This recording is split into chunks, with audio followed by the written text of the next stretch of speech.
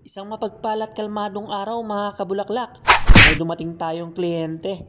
Lalaki mga kabulaklak at nagtatanong siya ng idea kung anong magandang iregalo sa asawa niya nagtatampo.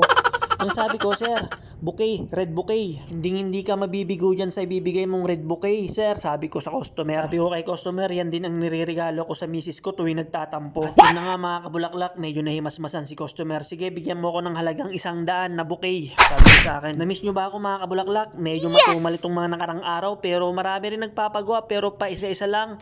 At puro lobo at saka mga gift wrapping lang mga kabulaklak. Shoutout nga pala sa galanting star sender na si Madam Alicia Perea.